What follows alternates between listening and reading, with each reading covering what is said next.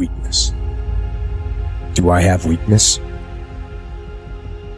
I am nothing but weakness. I'm not naturally strong or fast or flexible. I'm certainly not the smartest person in the world. I get emotional over stupid things. I eat the wrong foods. I don't sleep enough. I procrastinate and I waste time. I care too much about meaningless things and not enough about important things. My ego is too big. My mind is too small, often trapped inside itself. Now, all that being said, I have to say, a person's strength is often their biggest weakness, but their weaknesses can become strengths. Success, guys, a very, very lonely road, man. Along that road, you're not going to see too many friends. You see your shadow most often. You got to trust in the heart of hearts. Inside what you're doing, what you believe in is a worthy cause, a winnable fight.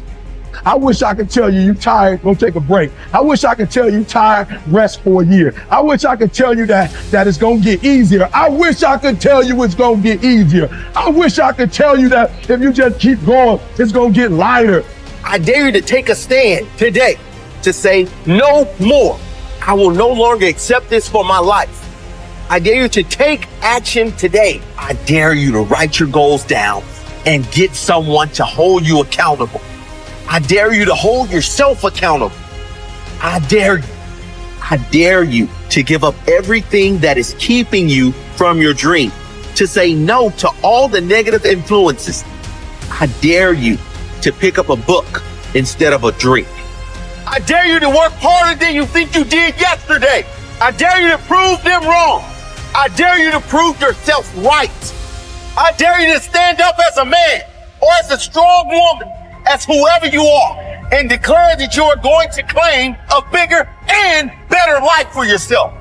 When you get to the point where enough is enough, when you get to the point where it hurt real bad, when you get to the point when it's over, when they're tired, when they're frustrated, when they're ready to give up, when they spent their last dime, that's when they get started. But what you cannot do is you cannot quit during the process. You cannot give up because it ain't what you see. You cannot give up. Pain is there to make you better.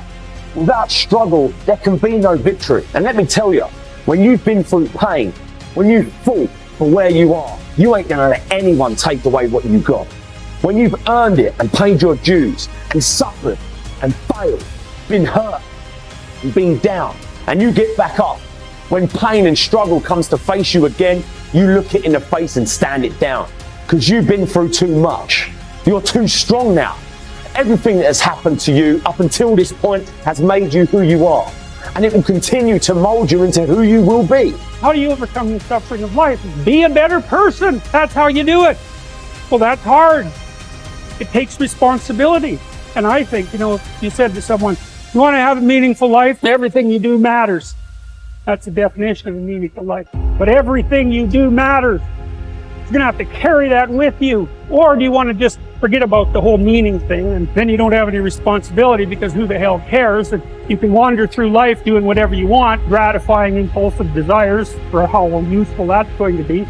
And you're stuck in meaninglessness, but you don't have any responsibility. Which one do you want? Well, ask yourself, which one are you pursuing? And you'll find very rapidly that it isn't the majority of your soul that's pursuing the whole meaning thing, because, well, look what you have to do that. You have to take on the fact that life is suffering. You have to put yourself together in the face of that. It starts with yourself, man. You got to start diving into those things that you're afraid of. You don't gain confidence by going to a spot that makes you feel good. It's going to be a false reality. And the second life gives you that challenge, all you want to do is go back to what made you confidence or what gave you confidence. Is that happy spot? No. What gives you confidence, what gave me confidence, was spending years at a kitchen table trying to learn how to read and write on my own. Realizing I can't learn the way you learn. I can't, but I can learn. What gives you confidence, not being afraid, is overcoming the fear. I used to stutter severely bad. So right now, I don't know how many people are gonna watch this. You know what gives me confidence? Is knowing I no longer care. if I sit here and start stuttering. That's what gives me confidence, is facing these things, overcoming them. And maybe I overcome them every day. Facing them. And facing them, facing them. Pretty soon, like this, oh man, this is where it's at. It's not in that comfort zone. It's in the discomfort zone is where my confidence is getting built. That's where it's getting built. But people want they want an easier answer. There has to be an easier way. There's not. I'm sorry. I searched for it my entire life. I did. I lied. I did everything. And I still felt empty. I walk around with a backpack with all my stuff in there, with no car. And I walk around happiest person in the world. Have nothing. Happy as hell. It's because I found out the whole key to life. It's not in all that. You have to face yourself. So many people live to be 100 years old and they die miserable, having everything, because they never examine. I call it my live autopsy. You never examine this. Happiness, peace, enlightenment, it's all up here, man. It's all up here. And when I start talking like this, people go, man, I don't know. It's the truth, man. It's all up here. You just got to be willing to go and face it. That's the hard part. Attitude is a reflection, a result of a person's will. It is incalculably powerful. It can bring about marvelous results for us, but we need to train it patiently, day by day.